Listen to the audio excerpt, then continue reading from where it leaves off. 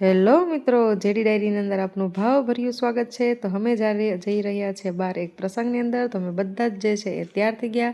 ઢીંગુબેન જે છે નાનકડું એવું પર્સ લઈને પણ એ પણ તૈયાર થઈ ગયા છે। બહાર ઊભી છે અમારે રામપ્યારી।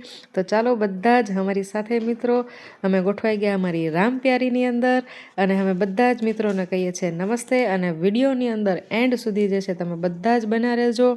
તો પહોંચી ગયા છે અમે પ્રસંગમાં। જાન જોઈને ઢીંગુબેન જે છે રાજીના રેડ થઈ ગયા। કાકા સાથે જે છે ચોકલેટ લેવા જાય છે, ને એક એક નહીં પણ બે ચોકલેટ લઈને એ પણ એને મોજ કરી।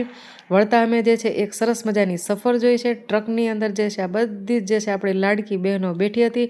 તો યાદ આવી ગયા અમને જૂના દિવસો સ્કૂલના, કે અમે પણ રિક્ષાની અંદર આવી જ રીતના જે બધી જ બહેનો બેઠીને ઘરે જતી હતી।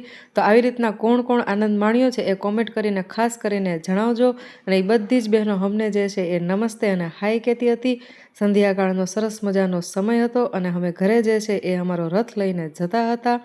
આ જે છે સરસ મજાનો રસ્તો જે છે ને આજુબાજુ લીલોતરી જે છે એ લીલોછમ જે છે એ દેખાઈ રહી છે। તો અચાનક જ એક સરસ મજાનું અમે દ્રશ્ય જોયું। તો જેડીને મેં કહ્યું કે આપણે ગાડી જે છે એ આગળ લ્યો। તો એમાં હતા હાથીરાજા। હાથીરાજાને અમે નમસ્તે કહ્યા, અને હાથીરાજાની આંખો જે છે સખત જે છે અમને જોતી રહી હતી। તો હું પણ વિચાર કરતી હતી કે હાથીરાજા શું કહેવા માગે છે। જો કોઈ મિત્રોને ખબર હોય તો કોમેન્ટ કરીને જણાવજો, અને જો વિડીયો ગમ્યો હોય તો ખાસ કરીને સબસ્ક્રાઈબ કરી દેજો।